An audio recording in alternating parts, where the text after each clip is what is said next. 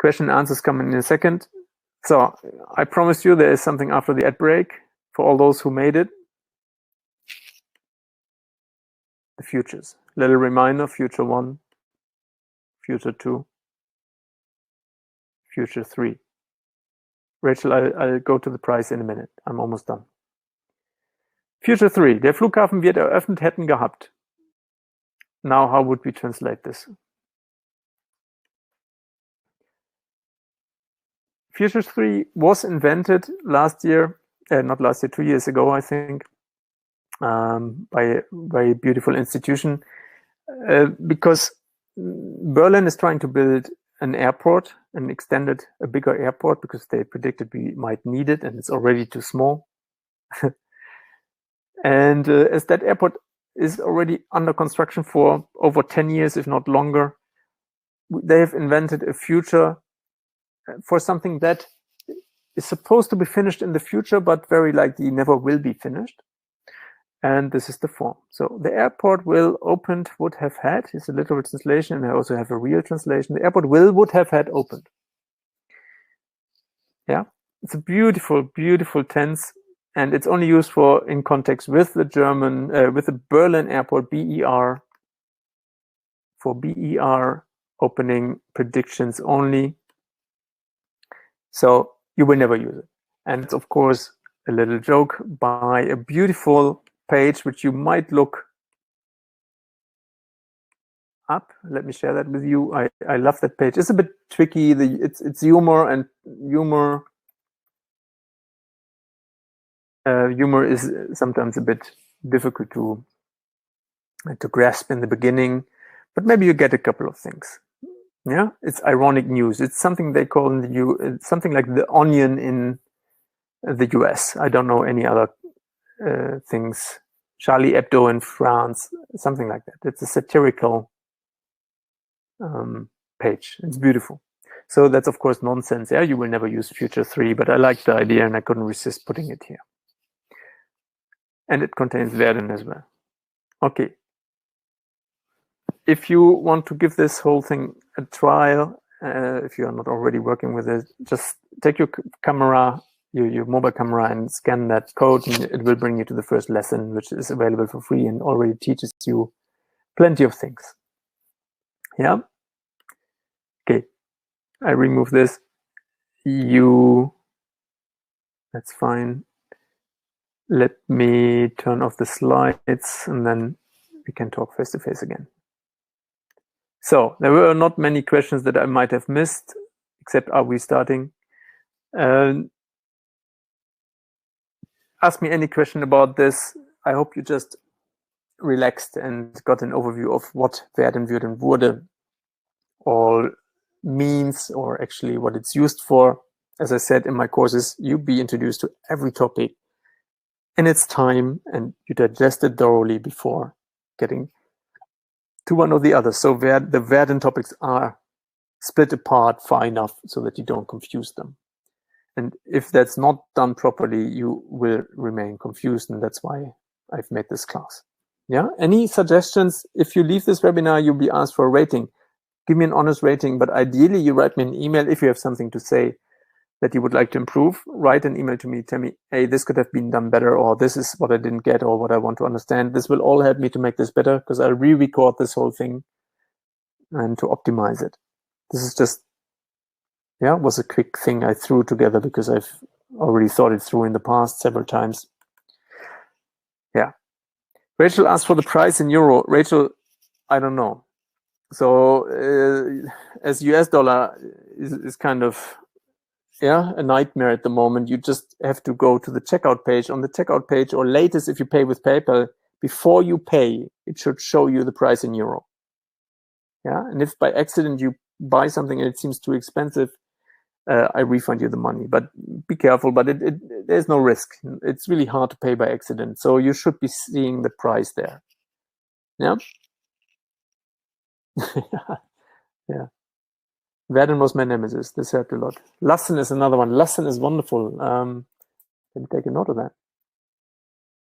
Lassen, masterclass. Maybe in 2 weeks, who knows?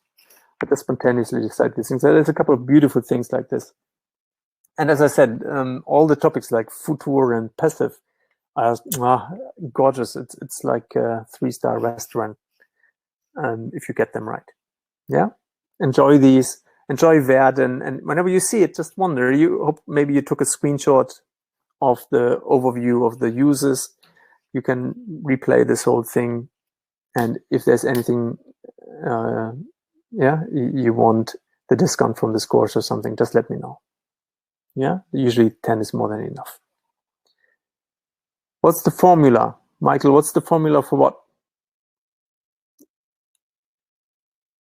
Yeah. Superjit, will all the verbs be discussed this way, or are there some special verbs? No, this was a special one. There's like whatever 2,000 to 4,000 verbs. I don't know, and you don't need to discuss certain words like driving. Driving is driving. There's nothing to discuss. Yeah, so only certain specialties, because the many functions of werden. Werden is an auxiliary verb. It's a helper verb, as you could see, to construct different tenses and modes like passive. And that's why I picked that. And lassen can work as a modal verb as well. Das lasse ich nicht durchgehen. Lass mich das mal machen.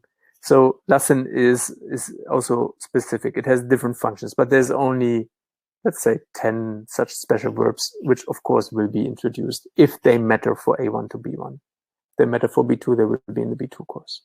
Yeah? Also, the formula. Alles klar. Thanks, Michael. Yeah? Why did you group A1 to B1? Will you do any split courses in the future? Yeah, well, it's a good question.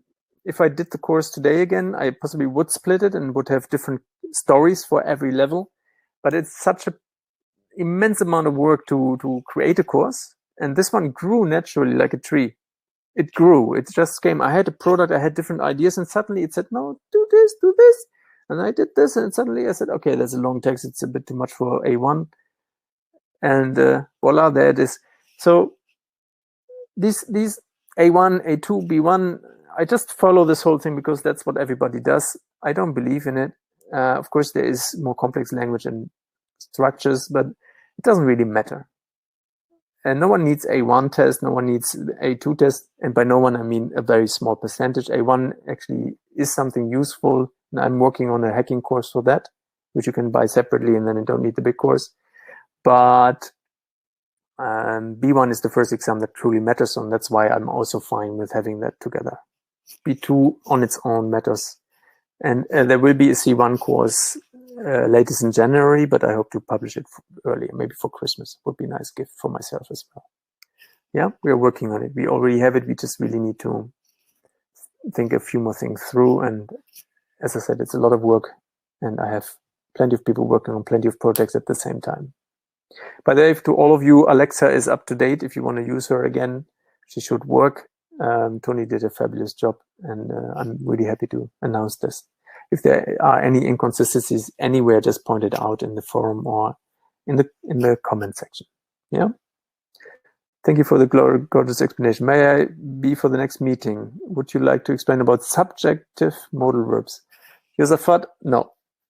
Because subjective modal verbs are better for B2, and B2 is compared to A1 to B1, this is such a big group, B2 is such a small group, C1 is even smaller group, C2 is one person. Yeah, I won't do that. And I mentioned that in my B2 course, the subjective use of it, it's not that easy. Yeah, it's a beautiful topic, but if you ask me, what level are you? That's the question. So if you're not C1, I would just ignore this. If your aim is, for example, to get a B2 exam, don't waste your time on it. You get it. Yeah, you get through that exam without this topic. Yeah. Yeah, I understand, Karen. Thank you. Yeah. So Joseph, at what level are you? I'm so used to your courses, I can't think about following another. That's exactly what. No, actually, ideally you could use other things as well and apply the methodology to it. Yeah, but it's nice to hear. Thank you. I need something special. Medical German. Any recommendation? Not really, but as you're used to learning boring content that makes no sense as a medical student, yeah, like all the Latin names for bones and stuff. and they make sense, but they're abstract.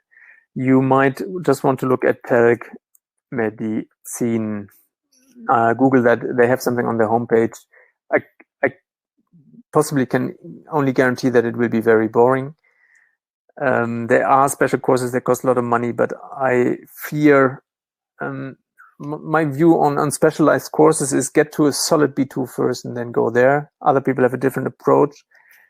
The first thing you need to nail down is the vocabulary. So maybe you hammer your way through the top 1,000 words for medical personnel, and that might take you a couple of months. But at the same time, yeah, Fachsprachenprüfung is C1 or B2. So it's mainly vocabulary. And Fachsprachenprüfung might test also certain modes of communication for which I have no clue, about which I have no clue. Yeah, like how do you talk to a patient? How do you do an analysis, initial analysis? And how do you actually have a doctor attendee talk or doctor nurse talk? So these things are, if these are taught, then the course is good. Because it's all about these formalities, about these, it's about the culture in the profession that you need to learn more than the language. Language-wise, you're fine with passive and formal language, but the main thing you have to do is vocabulary. Yeah, and a lot of Latin vocabulary will help you already in German. And so I have no other recommendation other than that. Don't waste a lot of money on it. Yeah, and maybe you find someone who prepares you for Fachsprachenprüfung. I have a friend who actually did this. If you write me an email, I can ask him or look it up what he used. He used the guy who has developed the system, and it was okay, but that was the best I've heard. Yeah? Okay. 53 minutes. I wish you all a wonderful day, evening, night, morning, whatever time of the day it is. Any feedback, welcome. Otherwise, we meet next Wednesday for a Q&A if you're up for it, or 2 weeks later in another masterclass. Yeah? Okay. Dankeschön. And I appreciate your time.